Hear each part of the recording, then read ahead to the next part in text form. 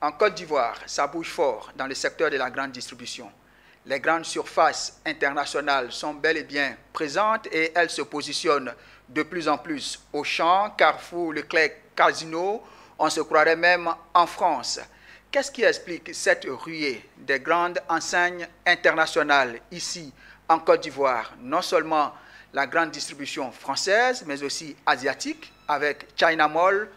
Toutes sont ici en Côte d'Ivoire dans une compétition et nous allons en parler dans ce numéro d'intelligence économique. Bonsoir.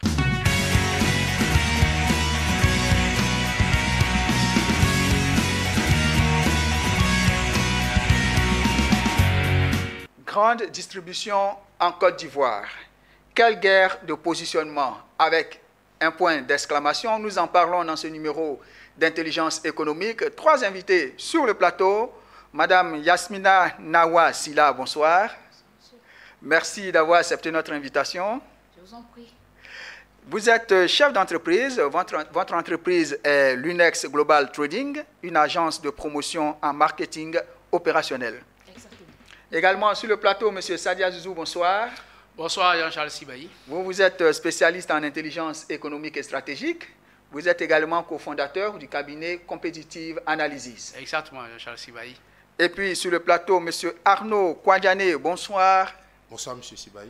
Vous êtes consultant en marketing, brand management et communication événementielle. Effectivement. Le sujet, il est là, il est d'actualité. Grande distribution en Côte d'Ivoire, quelle guerre de positionnement? Alors, M. Sadia, je le disais tout à l'heure à l'entame de l'émission, ce sont des noms qui sont connus en Europe, Carrefour, Super U, Auchan. On assiste depuis un certain temps à un positionnement ou un repositionnement des grandes surfaces françaises ou asiatiques sur le marché de la grande distribution en Côte d'Ivoire et en Afrique en général. Comment expliquez-vous cette nouvelle tendance ces dernières années? Merci beaucoup Jean-Charles Sibahi. Je pense qu'il faut expliquer cette tendance-là par 2 grandes raisons. Il y a d'abord des raisons exogènes et aussi il y a des raisons aussi endogènes. La première raison exogène, c'est que sur le plan international et particulièrement en France, on remarque depuis un certain temps le recul des grandes enseignes physiques à cause de l'arrivée des géants du e-commerce qui sont pour Amazon, pour les États-Unis et aussi l'autre grand de Alibaba. Voilà, pour les Asiatiques. Pour les Asiatiques, effectivement. Et donc, vous savez qu'il y a 20 ans, depuis pratiquement 20 ans, ces grands groupes internationaux, à ce niveau-là, ont décidé véritablement de s'implanter et ont fait une percée fulgurante, je vais dire, dans la vente et aussi au niveau de l'alimentation, en tout cas sur le marché français. C'est pour cela qu'on a constaté, par exemple, qu'environ des grandes enseignes comme Carrefour et autres, qui étaient deuxième sur le plan mondial en 2016, sont aujourd'hui à la 8e place. À la 8e place. Alors que Alibaba et Amazon aujourd'hui occupent les 2e et les 3e rangs mondiaux, donc ils comptent aujourd'hui parmi les 50 retailers mondiaux. Donc la concurrence est rude sur le plan international. Sur le plan international, et donc il y a la population. Je veux dire que le marché a commencé à se concentrer de plus en plus vers la livraison, vers le e-commerce. Donc il y a une certaine désaffection, en tout cas en ce qui concerne les enseignes physiques. Donc ça, c'est un premier point en ce qui concerne les raisons endogènes. Le deuxième point dans les raisons endogènes aussi, c'est que après la crise de 2008, la crise mondiale en 2008, beaucoup d'experts ont pensé et ont estimé que l'Afrique pourrait être, en tout cas, le continent qui allait connaître, en tout cas après la crise qu'on a connue, avoir le même taux de croissance économique que l'Asie, donc l'Afrique constituerait un marché très important où il fallait être. Maintenant, quand on revient maintenant aux raisons endogènes, les raisons endogènes, c'est qu'en Côte d'Ivoire, nous observons, je vais dire, un fort pouvoir d'achat au niveau surtout au niveau de la classe moyenne. Voilà, une étude est réalisée en 2017 par l'INCA appuyé par l'Agence française de développement, a constaté qu'il y a environ 24% de la population, en tout cas, appartient à la classe moyenne. Okay. Donc, en Côte d'Ivoire, on constate une classe moyenne qui a grossi, qui existe, qui est dynamique, qui est présente. Et du coup, ça attire les grandes surfaces. Effectivement, qui attire les grandes surfaces. Autre point aussi important, c'est aujourd'hui, les experts estiment que le taux d'urbanisation, le taux moyen d'urbanisation, c'est 4,5% en Afrique. C'est le taux d'urbanisation le plus important aujourd'hui en Afrique, et donc je pense que cette donnée aussi s'applique à la Côte d'Ivoire. Ceux qui sont à Abidjan se rendent compte très bien que les quartiers s'étendent véritablement à perte de vue. Et en fin de compte, aujourd'hui, ce qu'il faut remarquer, c'est que nous remarquons aussi une occidentalisation des habitudes de consommation au niveau surtout de la classe moyenne et la classe supérieure. Donc quand vous regardez les supermarchés, vous voyez que la plupart des supermarchés sont construits dans les zones résidentielles où, je veux dire, à un public particulier, un public cible. De façon tout à l'heure, on parlera des différences. Donc voici les raisons qu'on peut expliquer, en tout cas, il y en a d'autres encore, hein, bien sûr, mais les raisons principales qui expliquent aujourd'hui, effectivement, le fait que les grandes enseignes françaises aujourd'hui font un retour en Afrique. Mais il faut ajouter ici qu'il y a la croissance économique aussi. Après les événements que la Côte d'Ivoire a connus, il y a une embellie économique qui est très très importante, avec un taux de croissance de plus de 8%, très élevé, qui attire aussi les investisseurs. Merci beaucoup. Alors, Madame Silla, M. Sadia l'a dit, hein, ce sont des grandes surfaces qui existent sur le plan international, qui sont venues ici, et on sait que sur le plan mondial, elles sont en concurrence, M. Sadia l'a dit. Alors, évidemment, il y a une compétition ici en Côte d'Ivoire, et parlez-nous des acteurs de cette compétition qu'on constate. Qui sont-ils? Les acteurs sont tellement nombreux. Nous avons des Ivoiro-Libanais, nous avons des Pakistanais, des Asiatiques, comme vous l'avez dit dans votre introduction. Nous avons également des Marocains à travers le CDCI. Et quand on a dit Ivoiro-Libanais, c'est Prosuma, et le logo Prosuma. Et nous avons aussi, on va dire, l'Afrique. Hein? Je pense par exemple, comme on l'a dit, aux grandes surfaces françaises. Oui, donc on retrouve Carrefour, ici. Le donc numéro 8. Les Ivoiro-Libanais, les Pakistanais, les Asiatiques. D'accord, M. Sadia, oui, donc c'est pratiquement le monde en miniature ici, dans la grande distribution. Pour revenir un peu sur votre question tout à l'heure, il faut dire aussi que, principalement en Côte d'Ivoire, les grands acteurs sont identifiés. Il y a le groupe Prosuma, qui appartient, dirigé par Kassam et la famille Fakri. Donc le groupe Prosuma est le leader au niveau de la grande distribution en Côte d'Ivoire. Et le challenger habituel, c'est le groupe CDCI. Tout à fait. Le groupe CDCI a été vendu au groupe marocain La Belle Vie, qui contrôle aujourd'hui le groupe CDCI. À côté du groupe CDCI, il y a ce qu'on peut appeler les suiveurs. Parmi les suiveurs, il y a le groupe Orca avec la chaîne Orca, et aussi avec Abidjan Mall. Bien, à côté de ces grands groupes principaux, et dont j'ai parlé tout à l'heure des suiveurs, vous avez aussi d'autres enseignes qui ne sont pas très importantes, mais qui existent. Vous avez des enseignes thématiques, un peu comme Sangel qui, quand vous allez à Yopougon, par exemple, à Yopougon Sable, vous voyez le grand magasin Sangel, qui initialement était installé au Gabon, qui s'est installé. Et Sangel est une surface thématique qui vend uniquement des articles surgelés. Voilà, à côté d'eux maintenant, vous avez tout à l'heure évoqué en début d'émission aussi les acteurs asiatiques tels que China Mall. Mais le plus important, c'est le retour de ce marché-là, de ce qu'on appelle les nouveaux arrivants. C'est-à-dire les nouveaux arrivants ou les anciens qui étaient partis et qui sont revenus. C'est ça. Donc, le premier, c'est Carrefour qui est revenu en Côte d'Ivoire, Carrefour qui s'est installé en Côte d'Ivoire.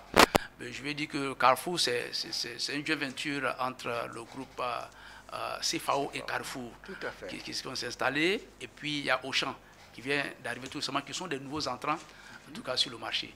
Alors, donc, tout à l'heure, quand on parlait d'un retour, il faut dire que pour ceux qui ont étudié un peu l'histoire de la grande distribution, il faut savoir que les grandes surfaces que nous avons connues depuis l'époque coloniale disons, ces activités étaient menées par ce qu'on appelait les grandes maisons bordelaises et nantaises, la CFAO. Et la CFAO qui existe jusqu'à présent plus de 100 ans. Il y a la SCOA et puis il y a la CFCI. Bon, et la SCOA, par la suite, a donné les chaînes qu'on a connues pour ceux de mon âge. On connaît les chaînes avions par le passé. Donc je veux dire que globalement, ce sont des acteurs en présence actuellement, effectivement, dans le marché au niveau des grandes enseignes actuellement. D'accord. Alors, M. Arnaud Kwadjane, on voit hein, que la compétition est là, et les grandes surfaces sont là, et des nationalités différentes. Alors, quelles sont les stratégies utilisées par ces acteurs pour se positionner? Effectivement, donc déjà, il faut dire que l'adaptation au client est le maître mot du succès de la distribution. Donc pour tous ces grands acteurs, il faille qu'elles s'adaptent aux besoins des clients. Donc déjà, l'une des premières stratégies qu'ils utilisent, c'est le rapport qualité-prix. Donc on va voir qu'au niveau des prix des produits qui sont proposés, on a vraiment une baisse de certains produits qui sont disponibles un peu partout. Donc ça, c'est le premier point. On a aussi la stratégie de l'implémentation. Donc aujourd'hui, toutes ces surfaces-là, bien qu'elles implémentent des hypermarchés, mais vont également construire des supermarchés à proximité des populations. Donc on le voit avec l'exemple de Carrefour, qui a commencé par 2 grands hypermarchés et aujourd'hui qui est en train d'installer des Supéco un peu partout en Côte d'Ivoire. Carrefour veut être sur tous les segments de marché alors? Effectivement. Donc ils essaient de décentraliser les hypermarchés de sorte à les rendre plus proches des populations. Aussi dans la stratégie, ce que j'ai remarqué chez Auchan, il y a des supermarchés Auchan qui sont ouverts jusqu'à minuit. Donc ça aussi dans la stratégie, c'est quelque chose d'important.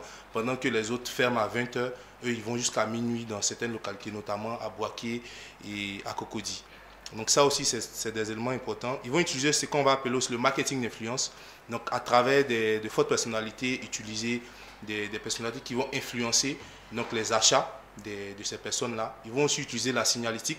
Donc partout à Abidjan, on voit les panneaux 12 mètres carrés, on voit la communication à la télévision, on voit dans les radios la présence de ces grandes enseignes en Côte d'Ivoire. Mais il faut rappeler que tout ça aussi part d'une stratégie globale qu'on peut relier à la télévision. Donc aujourd'hui, à travers les chaînes étrangères qui sont partout en Afrique, les Africains commencent à avoir un besoin de ces produits qu'ils voient à la télévision. Donc tout ça aussi fait partie de la grande stratégie que ces grandes surfaces utilisent pour s'implémenter de plus en plus en Côte d'Ivoire. Alors, oui, allons-y. Je vais rajouter également qu'il y a le prix qui est étudié. Donc, si un magasin propose un prix en gros, il est plus achalandé qu'un autre magasin qui est en demi-gros. Donc, le prix joue beaucoup pour les grandes enseignes ici en Afrique. En Afrique. Mais c'est ça, vous partagez cette stratégie? Oui, bien sûr. Il y a aussi la stratégie de la différenciation. Parce qu'effectivement, ces grands groupes-là, qui sont sur ces marchés devenus véritablement concurrentiels, mon co-débatteur a dit tout à l'heure qu'en créant, par exemple, le groupe Carrefour, en créant des supérettes de proximité dans les quartiers, dont l'objectif c'est de se déplacer et aller vers les populations. Parce que vous avez vu que la ville s'étant étendue, les déplacements deviennent de plus en plus difficiles et les populations ont du mal à se déplacer. Par exemple, c'est celles qui sont dans les quartiers modestes, à se déplacer et aller faire les achats, par exemple, d'Abobo, Yopougon, tout ça, venir à Cocody, là au plateau, ou Marcory, là où l'essentiel des enseignes étaient installées par le passé. Donc, de plus en plus, vous voyez maintenant China Mall qui s'installe à Grand Bassam, etc., etc. Donc, aussi, je parlais tout à l'heure de la stratégie de la différenciation. C'est la stratégie qui consiste à faire en sorte qu'il y ait à ces enseignes-là de proposer un plus qui les différencie des autres. C'est ainsi que, par exemple, vous allez voir, par exemple, que l'une des enseignes, par exemple, du groupe Prosima avec Socoprix, propose aujourd'hui des produits vivriers du cru qui sont très achalandés et puis moins chers, donc qui permettent aux populations, notamment aux élites qui se trouvent dans les classes moyennes supérieures comme à Angré, etc., de pouvoir faire leur marché en utilisant des produits frais du cru et donc sans véritablement se déplacer et le faire aussi dans les bonnes conditions. Donc, c'est ce que je peux ajouter. D'accord. Alors, Madame Silla, quelle analyse concurrentielle pouvez-vous en faire? C'est une analyse très positive Parce que cette analyse-là, concurrentielle, aidera la population. On nous dit, lorsqu'il y a la concurrence, la population est contente parce qu'il y a plus d'offres et il y a plus d'opportunités d'achat. Donc les prix et l'achalandage, les produits, la qualité des produits, donc rapport qualité-prix, ça va de soi. Ça va de soi. Alors Monsieur Arnaud, et c'est la même chose. Quelle analyse concurrentielle pouvez-vous en faire? Donc déjà, pour ces grandes surfaces, il faut noter que le plus important, comme on l'a dit tout à l'heure, c'est de se rapprocher des populations. Donc déjà au niveau du schéma urbain, on voit une bousculade de ces grandes enseignes-là qui veulent être plus près de la population. Donc on va voir qu'à chaque 200 mètres, on va retrouver des enseignes un peu partout. Aussi, faut dire que cette concurrence est assez rude sur le terrain, de sorte que les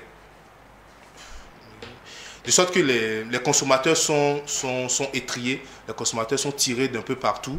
Et je pense que c'est une véritable guerre qui se fait aujourd'hui en Côte d'Ivoire et principalement en Afrique. C'est une véritable guerre. Oui, moi, je pose la question, mais c'est ça. Oui, je voulais revenir sur l'analyse concurrentielle. Parce que maintenant, il s'agit maintenant de comparer les différents acteurs qui sont en présence aussi, je veux dire, dans cette guerre de positionnement. Justement. Lorsqu'on compare, par exemple, vous prenez le groupe Prosuma. D'abord, le groupe Prosuma, sa force, c'est que le groupe Prosuma profite de son antériorité. Parce que jusqu'aux années 90, les grandes enseignes françaises ont quitté la Côte d'Ivoire, eu égard à, je vais dire, aux effets de la dévaluation et aussi la crise que la Côte d'Ivoire a connue dans les années 80, qui ont fait que ces grands groupes français sont partis et ont cédé leurs actifs à la communauté libanaise. Voilà, à la communauté libanaise. Qui s'est installée. Qui s'est enracinée. Mais il faut dire qu'il faut repartir sur ce qu'on appelait l'économie des traites. Dans l'économie des traites, au préalable, qui a commencé à l'époque coloniale, était faite de façon suivante. Les Français, les grandes enseignes françaises étaient chargées du grand commerce, notamment avec ce qu'on appelait les supérettes et les supermarchés de l'époque. Les intermédiaires qui étaient dans les quincailleries, c'était les Libanais, qui occupaient les petites échoppes. Et dans la troisième position, vous avez les petits marchés africains. Après, dans la quatrième position, vous avez les étals. Et maintenant, dans le pays entier, vous avez ce qu'on appelle les colporteurs qui partaient de village en village, qui vendaient les articles de façon foraine. Donc, c'est cela. Donc, les Libanais, disons que depuis 1980, ce sont des gens qui se sont faits sur le terrain pendant plus d'un siècle. Et puis, donc, finalement, lorsque les anciens Français sont partis dans les années 90, ils ont récupéré le marché. Ils ont récupéré le marché. Donc, je vais dire et voici quelques années après, les grandes enseignes françaises qui reviennent. Mais quand elles reviennent maintenant, c'est que les Libanais, les grandes entreprises libanaises, dont beaucoup d'entre eux se sont naturalisés ivoiriens, maintenant contrôlent je vais dire, le marché ivoirien. Leur force absolue, c'est qu'elles maîtrisent beaucoup la chaîne des valeurs locales. Puisqu'il y a beaucoup d'entreprises libanaises, par exemple, qui se sont diversifiées dans l'industrie, de sorte qu'elles ont de grandes centrales d'achat qui leur permettent d'acheter moins cher des produits pour leurs enseignes. Donc ça, c'est un facteur qui est très important. L'autre facteur qui est important aussi pour le groupe Prosuma, c'est le fait qu'avec beaucoup d'enseignes de proximité dans les quartiers, ça leur permet donc d'avoir accès directement aux populations avec des produits d'entrée de gamme. Vous vous rencontrez un peu ici avec les bons prix, etc., que vous voyez dans les petits quartiers, voilà, qui permettent aux populations d'avoir facilement accès. Alors, maintenant, quand on prend maintenant les enseignes françaises, les Carrefour qui sont revenus, elles ont la faiblesse, ces enseignes-là, de s'adresser à une élite. Vous voyez, la plupart de leurs produits sur les étagères sont généralement des produits qui sont importés de France, etc. etc. Alors donc, c'est vrai que ces pays-là, par exemple, ces entreprises sont subventionnées. C'est ce qui leur permet d'être compétitifs à l'international. Ces entreprises sont subventionnées par leur pays? Par leur pays. Quand elles viennent à l'international, la plupart des produits que vous voyez en grande partie sont subventionnés. C'est ce qui fait que quand ils arrivent ici, ils ont un taux quand même dont les prix ne sont pas aussi élevés. Mais pour la classe, pour les populations locales, à part les élites, ces produits qu'on trouve dans ces surfaces restent encore chers. Sont encore chers. Donc c'est pour cela que vous allez voir par exemple que Auchan a créé des petites enseignes de proximité dans les quartiers, Maille Auchan, qu'on trouve un peu dans les quartiers. Donc leur faiblesse, c'est un peu cela. Maintenant, les autres qui viennent maintenant, c'est les suiveurs, notamment les Chinois, avec les China Mall. On connaît très bien les produits chinois, ils ne sont pas très élaborés, mais leur force aussi, c'est que ils jouent sur le prix. Hein? Ils jouent sur le prix, ils sont faciles, il y a l'accès, c'est assez facile, la sécurité financière est véritablement importante. Maintenant, on compte maintenant les autres groupes comme Orca, etc., mais qui ont une présence qui n'est véritablement pas très significative. Donc, je veux dire que de plus en plus, le marché est en train de se recomposer et avec le leadership du groupe Prosuma, mais qui, Auchan a décidé, par exemple, le responsable du groupe Auchan a décidé d'ici environ 2025 de créer plus de 80 enseignes dans les différentes grandes villes de la Côte d'Ivoire. Voilà, donc je veux dire que c'est le leadership je veux dire, de Prosuma qui est attaqué actuellement. Ok. Alors, Madame Silla, on l'a dit hein, dans les échanges, et on constate que de plus en plus dans les grandes surfaces, on vend des produits vivriers frais. On se croirait même au marché d'Adjamé ou de Trashville. Là, quelle analyse faites-vous de cette nouvelle donne dans nos grandes surfaces? Est-ce que ça ne vient pas concurrencer les commerçants qui sont dans le secteur informel? Et pour vous, c'est bienvenu ou il faut faire attention? Bon, la population demande, et donc les supermarchés, tous ces enseignes-là donnent ce que la population demande. Donc je viens dans un supermarché, si je veux m'acheter la tomate, il faut que j'ai la tomate fraîche.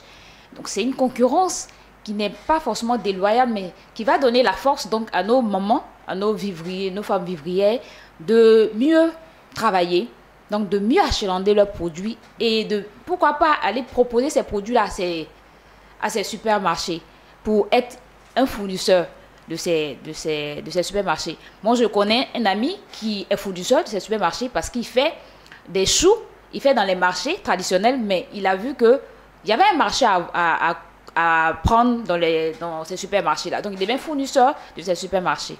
D'accord, donc pour vous, c'est une opportunité. Est-ce qu'il ne faut pas craindre qu'à la longue, ces grandes surfaces elles-mêmes aillent directement négocier à bord-champ? Et du coup, dame le pion à tous ces petits intermédiaires qui sont dans le secteur informel, ou bien non, il n'y a pas de crainte? C'est pas exclu. C'est pas exclu, c'est envisageable, mais je pense que ça va donner de la force aussi à nos mamans qui vont comprendre qu'il faut penser autrement. Il faut donc avoir une autre stratégie de ces produits qu'elles ont. Comment vendre ces produits, comment achalander, même dans le marché traditionnel. Et respecter donc les prix. Si je vois un supermarché qui fait la tomate à 500 francs, je dois respecter le prix de la tomate qui doit être à 500 francs dans le marché. Mais si je fais plus, forcément, nous allons nous déporter dans les supermarchés. On va aller faire l'achat. Monsieur Kouadiané. Je pense que la crainte va au-delà de la négociation bord-champ. Je pense, à mon sens, que si ça continue comme ça, ces grandes surfaces-là auront elles-mêmes des parcelles, quelles que tu verront. Et là, c'est vraiment difficile, ça sera vraiment difficile pour nos planteurs traditionnels. Donc, à ce niveau, je pense que l'État doit jouer un rôle en départageant les rôles, en veillant à ce que, effectivement, les grandes enseignes restent dans leur rôle premier de pouvoir revendre. Et au niveau des cultures vivrières, vraiment la même mise soit toujours gardée aux locaux et véritablement aussi veiller à ce que les producteurs locaux aient tout ce qu'il faut en termes d'outils pour améliorer effectivement les cultures de sorte vraiment à garantir chaque quartier pour chaque acteur. Alors, ce que je peux dire en fait, c'est que nous trouvons dans une économie libérale. Où, par exemple, dans l'économie libérale, par exemple, il est en tout cas envisagé, il est recommandé moins d'intervention de l'État dans la libre concurrence. Donc, c'est ce qui se passe. Alors, moi, lorsqu'on préparait cette émission, j'ai pu avoir accès à je crois, l'un des grands patrons de Sococé, qui est parti du constat. Et tu sais que Sococé et Prosuma, c'est en même temps le même groupe, hein, voilà, et qui disait que beaucoup de parents ivoiriens envers des produits qui pourrissaient sur les champs et qu'il avait, en tant qu'entreprise citoyenne, donc voulait véritablement aider ces populations-là à écouler leurs produits. Donc ça veut dire que déjà, la question que vous avez posée, c'est que ces grandes enseignes ont commencé déjà à se ravitailler bord champ. Déjà, elle l'a dit tout à l'heure. Et ce n'est pas dans le futur, ça se passe déjà. Alors donc, c'est quelque chose de très important. Effectivement, la menace est là. La leçon qu'il faut tirer, c'est qu'il n'y a pas de secteur d'activité qui soit à l'abri de la concurrence. Que ce soit les multinationales, que ce soit les toutes petites entreprises, que ce soit les PME, l'environnement macroéconomique de l'entreprise change et à tout moment. Les acteurs peuvent venir bousculer votre position établie. C'est ce qui s'est passé avec le secteur des vivriers. Comme c'est un secteur qui est dans l'informel, et que donc ça a été véritablement, c'est pratiquement difficile. Je veux dire qu'ils ne se sont pas préparés pour faire face à cette menace-là qui vient, qui est aujourd'hui pratiquement une menace. Parce que voici ce qui se passe. Et on parle peut-être de groupe Prosuma qui a créé des rayons, je veux dire des enseignes spécialisées pour pouvoir vendre des produits frais. Surtout, et ce qui est important à souligner, c'est que ces enseignes-là se trouvent dans des quartiers résidentiels où les personnes ont un fort pouvoir d'achat. Et c'est des personnes qui avaient l'habitude donc d'aller faire des achats sur les marchés traditionnels de Yopougon, d'Adjamé, n'y vont plus. Et bon, préfèrent aller maintenant d'abord dans des enseignes qui leur sont proches. C'est plus facile, ils préfèrent aller à Sokoprix que d'aller à Cocovico, à côté. Mieux sécurisé. Mieux sécurisé. Et les prix sont véritablement bas parce que ces enseignes-là ont la capacité de pouvoir mener ce qu'on appelle la guerre des prix. Mener la guerre des prix, ils font 2 fois moins cher, et puis dans un cadre qui est confortable et qui plus est encore sécurisé parce que tu ne vas pas te faire dérober, tu ne cours pas le risque de te faire dérober ton argent ou quelque chose, ton portable, comme dans un marché. Et puis il y a l'hygiène aussi qui est véritablement important. Donc je veux dire que il a parlé tout à l'heure du rôle de l'État, c'est vrai, donc l'État doit intervenir. Nous aussi, nous qui sommes des spécialistes aussi en intelligence économique, nous sommes véritablement à disposition des acteurs économiques. Malheureusement, souvent, et lorsque on essaie de les éclairer, ça devient difficile. Et je me rappelle très bien, ayant vu cela, il y a 1 an de cela, que j'ai essayé d'approcher l'un des responsables de la filière. On m'a baladé pendant près d'1 an, elle n'a jamais eu le temps, etc. Elle ne comprenait pas, elle ne voyait pas les choses venir. Voilà, ce n'est pas toujours facile. Et jusqu'aujourd'hui. Voilà un peu. D'accord. Alors, M. Kouadjane, la question que je me pose, tout à l'heure on citait les grandes enseignes, on citait les grandes surfaces, et puis on voit qui est derrière. Tout à l'heure, Mme Silla citait les Français, les Pakistanais, la communauté libanaise. Il faut retenir que dans la communauté libanaise, il y a beaucoup d'Ivoiriens et Libanais, c'est vrai, mais on constate quand même très peu d'Ivoiriens ou même d'Africains dans cette bataille. C'est quoi? Qu'est-ce qui n'a pas marché, pourrait-on dire? Pourquoi on voit moins d'Africains investir dans les grandes surfaces? D'accord. Déjà, il faut dire que le problème, il est peut-être culturel. Donc l'Ivoirien, l'Africain en général n'a pas la culture de l'entrepreneuriat déjà. Aussi, ils ne sont pas habitués à produire ce qu'ils consomment. Donc ce qui explique leur disparité dans ces grandes surfaces. Aussi, il y a un manque de collaboration, je me dis, entre des Africains qui peuvent s'associer, comme l'ont fait les Ivoiro-Libanais, comme l'ont fait les Pakistanais, les Chinois et autres, pour créer ces enseignes-là parce que... Donc ils se mettent ensemble et ils fédèrent les énergies, le fonds. Effectivement. Et puis bon, ben... alors, se jeter parce que le besoin, il est là. Le besoin, il est là. Si Carrefour, si China Mall, si ces grandes enseignes arrivent en Côte d'Ivoire, c'est parce que le besoin, il est là. Donc, il faille que les Africains saisissent l'opportunité de eux aussi se positionner. Et je pense que seuls n'y arriveront pas, mais ensemble, ils pourront relever ce défi-là. D'accord, oui, Mme Silla. Je pense aussi que les Ivoiriens doivent faire un brainstorming pour se dire que l'entrepreneuriat est comment on appelle, la voie sûre pour donc sortir de la précarité financière. Et donc il faut oser, il ne faut pas avoir peur d'oser. Il faut s'unir, c'est vrai, mais il faut oser. Parce que même si on s'unit, qu'on a peur du risque, ça ne va pas aller loin. Donc il faut oser, il faut avoir le goût du risque. Il faut se dire que tout n'est pas dans la construction des immeubles, dans l'investissement dans le transport, non. Mais il faut oser aussi pour faire ces grandes enseignes parce qu'on en a besoin. Nous sommes des consommateurs, de grands consommateurs, les Ivoiriens. Donc, il faut qu'on investisse dans les supermarchés, les hypermarchés. Monsieur Sadia, ce que je veux dire, ce n'est pas les initiatives qui ont manqué. En Côte d'Ivoire, ici, on se souvient, il y avait une marque Citydia, voilà, qui était un capital ivoirien, mais qui n'a pas fait long feu. Non, j'ai donné les raisons tout à l'heure. Je vous parle de ce qu'on appelle l'économie des traites. L'économie des traites a des résurgences aujourd'hui et on le constate aujourd'hui. Depuis l'époque coloniale, le système a été installé ainsi. Le grand commerce est contrôlé par les enseignes, les anciennes maisons bordelaises et nantaises qui sont la SCOA, la CFAO et la CFCI. Leurs auxiliaires immédiats, c'était les Libanais.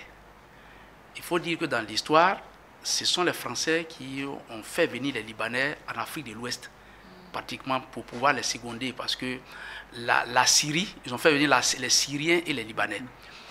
Pour la petite histoire, les Syriens, la Syrie et le Liban étaient sous mandat de la Société des Nations qui est l'ancêtre de l'ONU, et ce sont les Français qui avaient vraiment ce contrôle-là sur ces deux pays-là. Donc, c'est ce qui a fait que cette communauté libanaise est venue.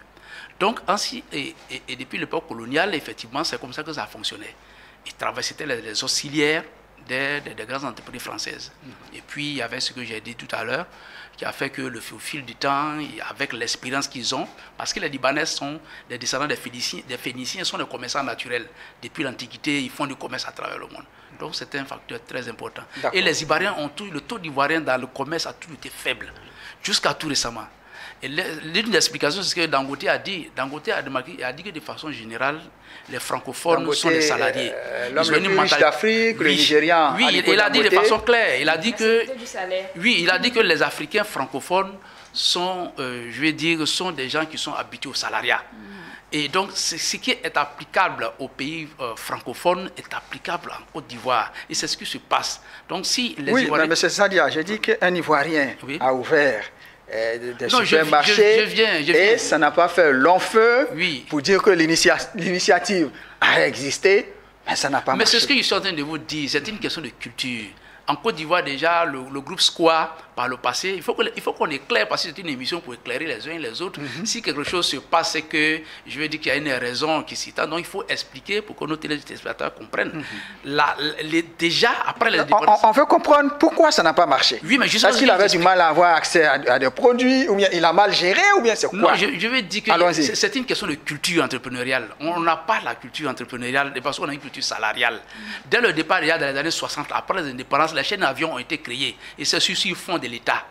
Et donc, ces chaînes d'avions-là, qui ont été créées, je pense que c'est le président Bédier, je pense, qui était le premier ministre ivoirien, ministre en charge de l'économie et des finances, qui a créé la chaîne d'avions. D'accord. Donc, l'État de Côte d'Ivoire a même créé des supérettes un peu partout sur le territoire national. En donnant la gérance aux Ivoiriens. Après de ça, il y a eu la chaîne PAC. Programme d'action commerciale qui a été créé dans les années 70, encore avec le président Bédier, mais qui a fini, qui a connu la faillite. Tout récemment, dans les années 80, il y a eu les fonds sociaux. Donc, à cause de la mauvaise gestion. La mauvaise gestion des questions de gouvernance, parce que vous savez que le commerce a besoin aussi d'observer certaines gouvernances et que nous, on n'a pas dans notre culture, que les Syro-Libanais, ce qu'on appelle les Syro-Libanais, ont, de façon qu'ils le cultivent depuis très très longtemps dans leur famille. Nous, on n'est là pas. Le cas de Citydia est très simple. Le cas de Citydia, c'est vrai, Citydia s'est installé dans un marché où il y avait déjà des enseignes qui étaient déjà établies, comme Prosuma. Les dirigeants de Prosuma sont des enfants, leurs parents sont dans le commerce depuis avant l'indépendance jusqu'à aujourd'hui. Donc Citydia s'est bien installé, mais Citydia s'est retrouvé seul face à des entreprises qui appartiennent à nos frères libanais, qui ont, en même temps, il faut le dire aussi, beaucoup d'entre eux ont la nationalité ivoirienne, dont la double nationalité, mais qui sont déjà installés durablement sur le marché. Donc, il a dû avoir ce qu'on appelle les barrières à l'entrée qui n'ont pas empêché Citydia de véritablement de pouvoir se constituer une bonne centrale d'achat. Comme ce que les Libanais ont. Les Libanais ont des usines ici qui produisent sur place ici. Ils ont des produits sur place. Ils peuvent se ravitailler directement. Ils ont la possibilité. Ils travaillent ensemble. Alors que l'Ivoirien qui s'est retrouvé, qui a créé Citidia, n'a pas eu, je vais dire, cette possibilité-là. Donc c'est ce qui fait un peu la faiblesse des Ivoiriens. Et lorsque vous prenez par exemple les supérettes dans les quartiers, les boutiques des Mauritaniens dans les quartiers, effectivement, les Ivoiriens sont pratiquement absents. Parce que effectivement, gérer ces petites boutiques-là dans le quartier, ça demande beaucoup de choses, ça demande du courage. Vous voyez les choses. Vous avez vu les Mauritaniens? Est-ce qu'ils mangent? Ils n'ont pas de femmes, ils n'ont pas d'enfants. Ils mènent une vie vraiment spartiate, très très difficile. Est-ce que les Ivoiriens sont capables de le faire? Ce n'est pas parce qu'ils sont paresseux. Mais je veux dire que c'est un fait culturel. C'est un fait culturel. Donc c'est maintenant avec la nouvelle génération, je l'ai dit tout à l'heure, avant l'émission, lorsqu'on venait, avec notre jeune sœur, nous parlait maintenant du développement de l'esprit d'entrepreneuriat qui fait que les Ivoiriens ont commencé à entrer dans certains milieux. Je complète pour dire qu'un de nos frères ivoiriens a fait des études qui ont montré que le poids économique des Ivoiriens dans l'économie de leur pays, c'est 20%. Dans la réalité, 20%. Donc 20% de l'économie de la Côte d'Ivoire aux mains des Ivoiriens et les 80% oui, aux mains des investisseurs étrangers. Des investisseurs étrangers ou des personnes, de nos frères qui sont venus d'autres pays qui se sont installés. Certains ont la double nationalité, d'autres ne l'ont pas. Mais les Ivoiriens sont à 20%. Il n'y a que certaines régions, certaines rares régions, par exemple, dans la zone du Nord, à Odiéné, Korogo, etc., où vous avez le commerce local qui est entre les mains des autochtones. Et tout près de nous ici, à Bassam, à Bonois. Sinon, à part ça, les Ivoiriens étant restés longtemps hors de ces circuits, les opérateurs étrangers qui sont venus s'installer et qui y travaillent depuis 40 ans, 50 ans, ont créé ce qu'on appelle des lobbies. Ils ont même créé des cartels dans lesquels il est difficile pour les Ivoiriens d'entrer. Aujourd'hui, le secteur du bois, etc., etc., ce sont des faits qui sont réels. Et donc, je crois que la CGC avait rencontré le Premier ministre ivoirien, je crois à l'époque, pour demander qu'il y ait une promotion de ce qu'on appelle les champions nationaux ivoiriens. Donc je pense que c'est quelque chose de très important et tout le monde est conscient. D'accord. Monsieur Koudjani, que peuvent faire les pays pour que les nationaux investissent beaucoup plus dans les grandes surfaces? Déjà, il faut aller d'un point de vue culturel. Déjà, il faudrait que ça soit dans la formation de base. Il faudrait emmener de plus en plus les Africains à s'intéresser à ces secteurs promoteurs. L'État, dans ses projections, a des données importantes qu'il faut partager aux Ivoiriens et aussi créer des banques qui vont accompagner ces Ivoiriens-là. Je ne dis pas forcer la main aux Africains, mais déjà mettre des fonds à disposition pour leur permettre d'investir dans ce genre d'activité-là. Et par derrière, l'État doit accompagner durablement ces grands enseignants. Aussi, au niveau du secteur commercial, il faut véritablement certaines normes qui viennent remettre certaines choses en place parce qu'il y a beaucoup de corruption, effectivement il faut le dire, parce que la corruption tue beaucoup nos commerces africains.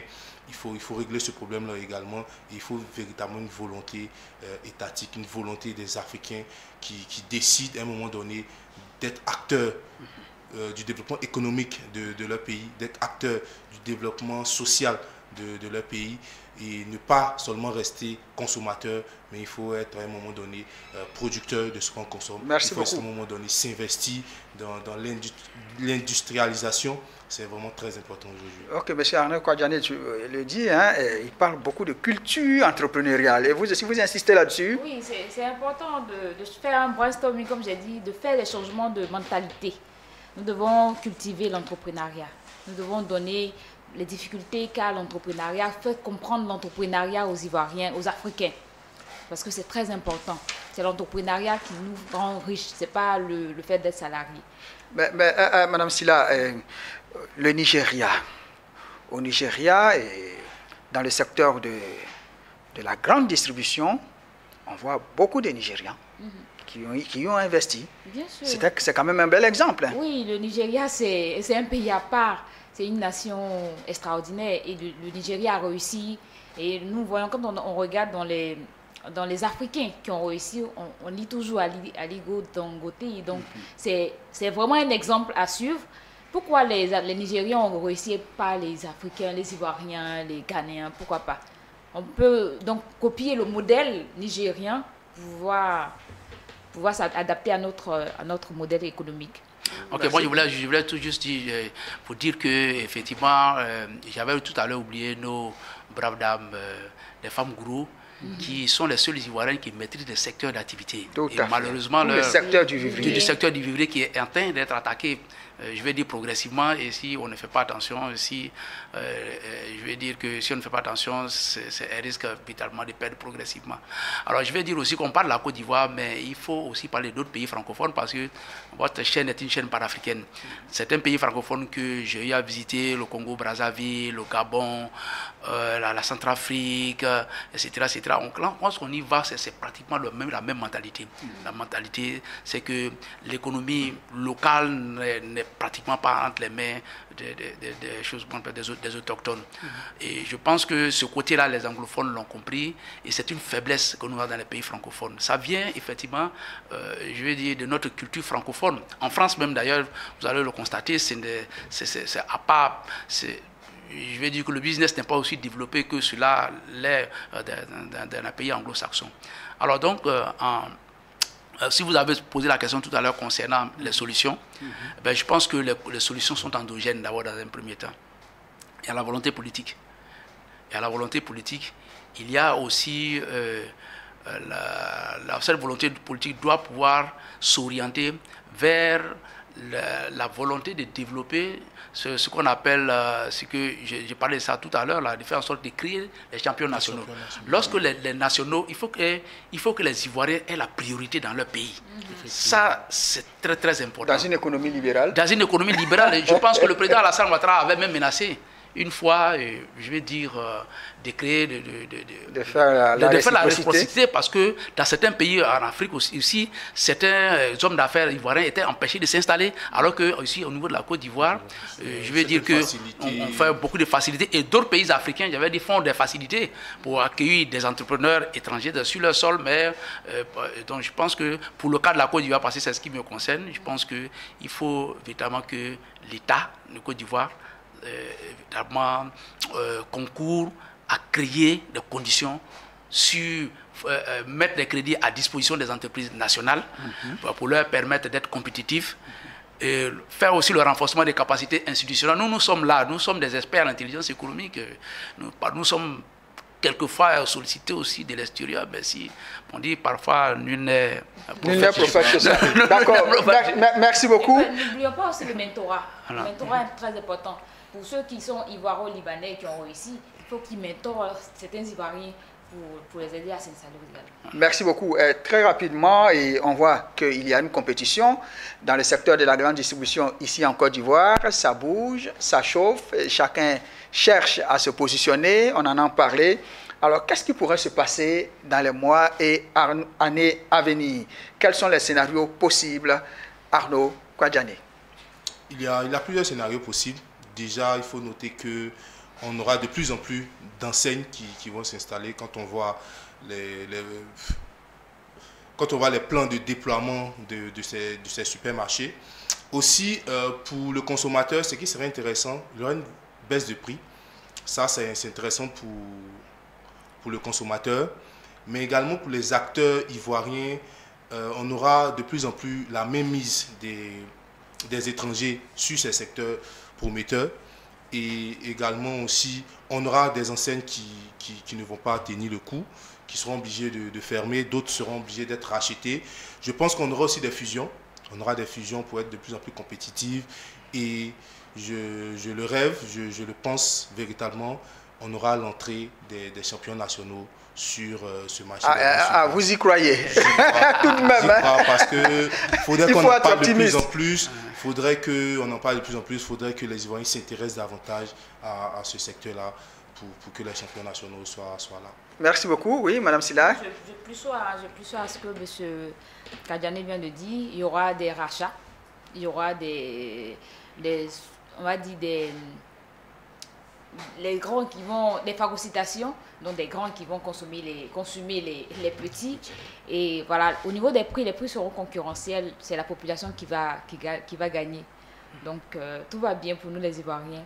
Mais je pense que, comme M. Kwadjani l'a dit, il faut qu'on pense au déclic des nationaux dans ces secteurs-là. D'accord. Aussi, Okay. un dernier point que je voulais ajouter. Le scénario possible, c'est véritablement la disparition des petits commerces, donc des petites boutiques de proximité dans lesquelles les Ivoiriens ont quand même commencé à s'investir. Malheureusement, elles sont en train de disparaître. Aussi, je crois dans les prochaines années, ce sont les plus petits commerces, même les étals, les marchés traditionnels qu'on a connus, qui sont en train de disparaître au profit de ces grandes enseignes. C'est un scénario catastrophe. Le marché traditionnel ne va jamais disparaître. C'est un scénario catastrophe. Ne va jamais disparaître. C'est l'opinion d'Arnaud Kwadjani. Il voit dans les années qui viennent, quand il voit les grandes surfaces se déployer et faire de la proximité, il a peur que les marchés traditionnels disparaissent. Oui, M. Sania, les scénarios possibles. Oui, moi ce que je peux dire, c'est que le secteur de la grande distribution souffre malheureusement, c'est une faiblesse de ce qu'on appelle le sous-investissement. Et vous voyez, quand vous regardez Abidjan, vous voyez juste où se trouve le supermarché, tout juste dans quel quartier, avec une clientèle privilégiée. Et donc là, je vais dire que le potentiel est énorme. Voilà, donc je vais dire à brève échéance, je vais dire qu'il y aura beaucoup plus d'investissement encore dans l'établissement des supermarchés. Autre chose aussi, c'est que les grands groupes nationaux seront peut-être un jour obligés d'entrer en bourse. Donc cela peut-être peut amener... Va ouvrir le capital. Va ouvrir le capital. Pour les Ivoiriens qui veulent y investir. Et effectivement. Prendre des parts. Mais cela peut aussi entraîner ce qu'on appelle les OPA, c'est-à-dire les offres publiques d'achat. C'est-à-dire que des grands groupes, par exemple, comme les grands groupes français peuvent lancer des OPA. Par exemple, sur ces groupes-là, c'est possible pour pouvoir les racheter. Alors, donc, ça, c'est un scénario aussi à le voir.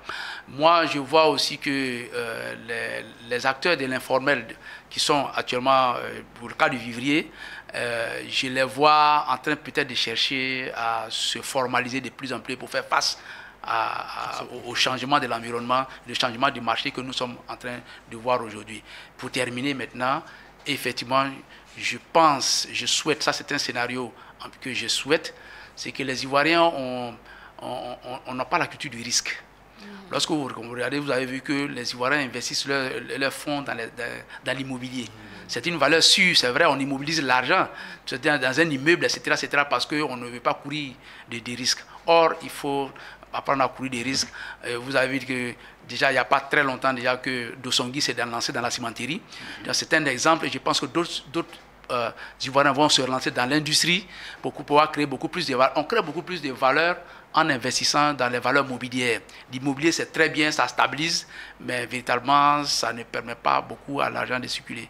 Et donc, voici ce que moi, je vois comme scénario. D'accord. Merci beaucoup. Merci, chers invités, chers consultants. Notre émission s'achève ici.